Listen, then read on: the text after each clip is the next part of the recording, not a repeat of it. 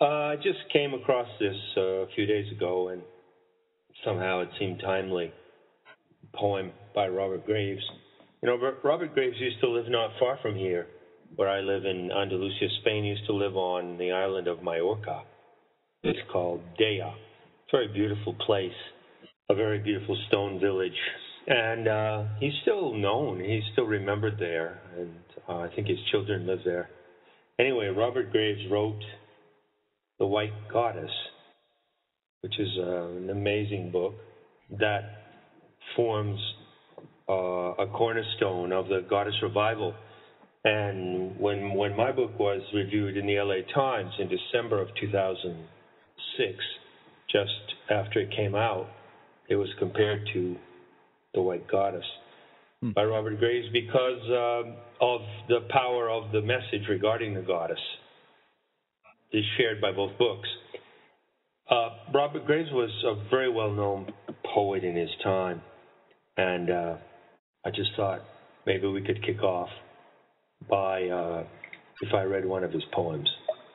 It's a short poem of 3 stanzas, and it goes like this.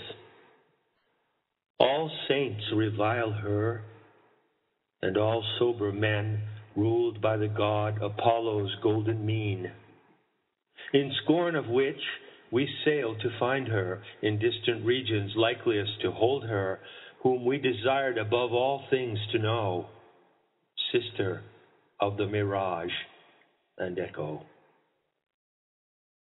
It was a virtue not to stay, to go our headstrong and heroic way, seeking her out at the volcano's head among pack ice, or where the track had faded beyond the cavern of the 7 sleepers, whose broad, high brow was white as any leper's, whose eyes were blue, with rowan berry lips, with hair curled, honey-colored to white hips. The sap of spring in the young wood astir will celebrate with green the mother, and every songbird shout a while for her. But we are gifted, even in November, rawest of seasons, with so huge a sense of her nakedly worn magnificence. We forget cruelty and past betrayal, heedless of where the next bright bolt may fall.